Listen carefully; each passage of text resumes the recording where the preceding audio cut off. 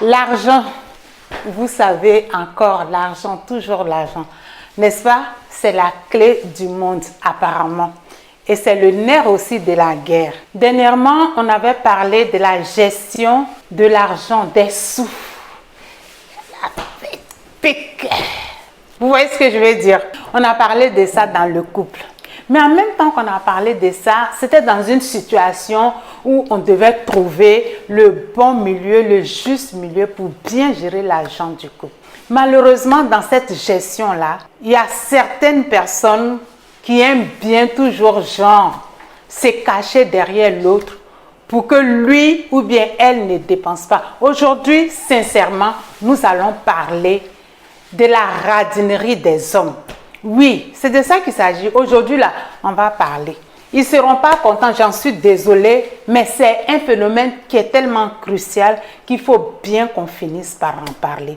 Vous l'avez compris. Encore une fois, nous parlons de ces hommes qui se tapent la poitrine parce qu'ils sont les hommes. Ils sont les décideurs qui malheureusement, dès l'instant où se présente une grosse dépense dans le couple, dès l'instant où il est question de sortir son portefeuille pour faire parler les billets, ils disparaissent comme par enchantement et tout de suite, ils perdent leur autorité, ils se tassent parce qu'ils ne veulent pas dépenser et ils veulent que ce soit la femme qui, encore une fois, aille chercher encore son porte-monnaie sans oublier que tout ce qui concerne la cuisine, elle est déjà à fond là-dedans. Eva Gibbs pour vous servir. Bonjour tous.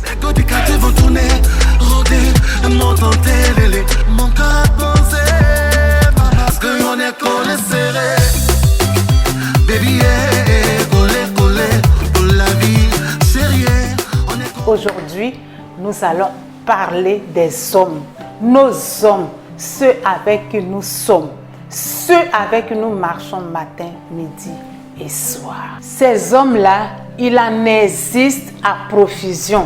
Malheureusement, la société d'aujourd'hui en voit se développer de plus en plus dans leur genre. Heureusement, encore une fois, qu'il y a encore des hommes qui sont là. Quand ils se tapent la poitrine, là, ils se tapent aussi la poche. Et que tous ne se tapent pas la poitrine pour avoir le feu au doigt dès qu'il s'agit de taper la poche. Oui, je ne comprends pas. Il y a franchement des choses que je ne comprends pas. Dans le foyer, tout ce qu'on veut dire, même si on dit qu'il y a l'égalité des sexes, mais en général, c'est nos hommes qui décident. Quand on dit, ah, on doit faire ça, si monsieur ne valide pas, on ne doit pas faire, on doit attendre. Quand on doit prendre une décision, si on veut faire ça, il faut toujours qu'on attende l'aval de monsieur. Très bien, nous les femmes, on est d'accord avec. Mais quand tu as fini de donner ton aval, mon frère, il faut sortir, tape. À côté de la hanche, il faut taper, puis tu fais sortir, tu parles. Pourquoi est-ce qu'il y a des hommes qui perdent leur dignité de nos jours? Comment vous faites ça, les amis? Dites-moi, un homme, votre maman vous a accouché, on vous a dit que vous êtes un homme. Vous êtes allé chercher enfant des gens pour venir mettre dans votre maison. Or, vous l'avez amené pour la servir. Vous l'avez amené pour qu'elle soit là, juste, en fait, qu'elle soit, comment vous dire, votre poule aux œufs d'or, c'est ça? C'est ça? Honte à vous. Franchement, je ne comprends pas. Vous vous levez le matin, vous sortez, vous allez au travail, vous travaillez. La pauvre femme aussi se débrouille pour faire son petit ménage, pour faire son petit repassage, pour faire ses petits trucs. Et vous, tout ce que vous trouvez, c'est de compter sur son argent. C'est d'aller compter dans son porte-monnaie. Oui, chérie, est-ce que tu peux faire ça? Chérie, est-ce que tu pourras faire ça? Toujours, c'est vous, on doit préparer sauce graine et foutu pour vous donner, vous manger. Vous pensez que sauce graine, là, les poissons marchent et puis ils viennent nous trouver? Soyez responsables. Soyez des hommes dignes. Soyez les hommes que vous prétendez être quand vous sortez avec vos amis. Là. Ça ne sert à rien de jouer aux hommes, de jouer aux masculins. Et dès que vous êtes là, dès qu'on dit qu'on doit dépenser, vous devenez malheureusement féminin. C'est dommage. Vos parents sont là, ils disent qu'ils ont accouché des hommes. Ils sont fiers de vous, rien. Tellement vous êtes apès, tellement vous êtes crevard. C'est malheureux. Et vous pensez que ces femmes qui sont là, qui, quand elles vous disent oui là, vous pensez que c'est parce qu'elles sont serrées? Non, c'est parce qu'elles pensent déjà à leur bien-être. Elles pensent aussi au bien-être des enfants que vous avez ensemble.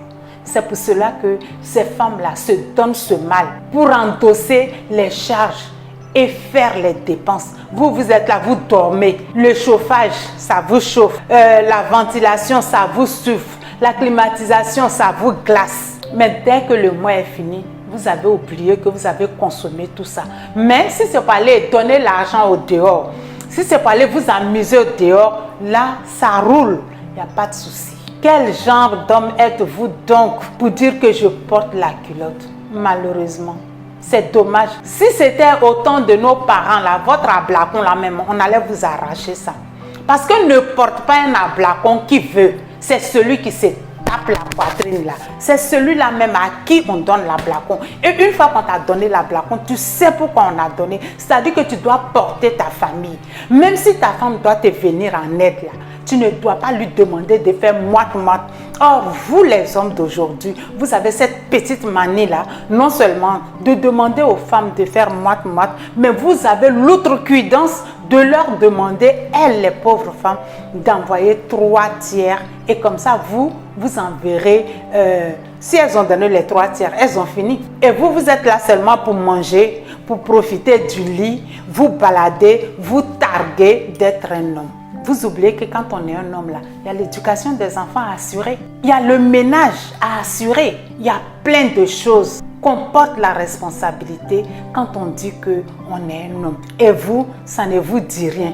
Vous venez juste vous présenter, vous faites les beaux pardons, juste pour que nous les pauvres femmes, on se laisse attirer par vos belles paroles.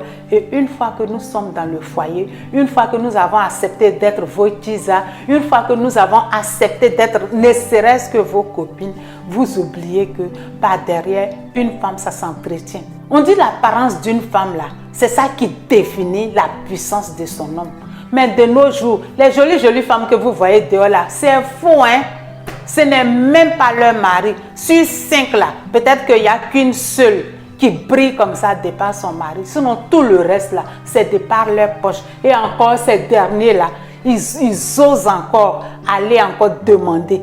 Tu peux m'acheter ci, tu peux m'acheter ça. On t'avoue encore une fois. Je voulais juste vous dire, à travers cette tirade là, que quand on décide d'aller chercher l'enfant d'autrui pour venir mettre dans sa maison, on doit s'en occuper. Vous allez me chanter, surtout vous qui êtes ici là. On a traversé la mer là. C'est pour construire aussi nos maisons, c'est pour construire aussi notre avenir de notre famille. Mais bien avant d'avoir cette famille là qui se trouve de l'autre côté, vous avez une famille ici. Et que pour cela, vous devez vous en occuper d'abord. Parce que quand on a une femme à la maison, on doit s'en occuper. Quand on a des enfants avec soi, on doit s'en occuper. C'est comme ça, quand on finit de s'occuper des siens, qu'on se targue, n'est-ce pas, messieurs, d'être un homme. Qu'on se targue d'être le chef de famille. Qu'on se targue d'être celui qui peut porter haut le flambeau de cette famille-là qui porte votre nom. Ça ne sert à rien de prendre votre nom pour coller sur l'enfant des gens et puis vous cacher derrière cet enfant des gens-là. Parce que, encore une fois, c'est aussi l'enfant d'autrui. Voilà ce que je voulais vous dire. Soyons tous humbles. Soyons monsieur, soyons madame. Mettons-nous les uns avec les autres, la main dans la main, monsieur et madame, pour avancer dans cette continuité que nous avons prédéfinie en faisant notre choix de vivre ensemble. Ne soyons pas, ce sangsue-là qui reste pas derrière et qui rend au final la femme anémique. C'était juste Eva Gibbs.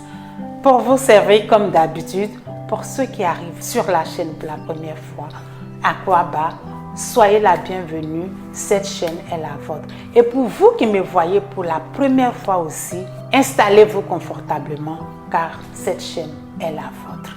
En attendant de vous retrouver la semaine prochaine, les frères, les sœurs, les amis, bien entendu, portez-vous bien et je vous dis à très vite. Baby, yeah.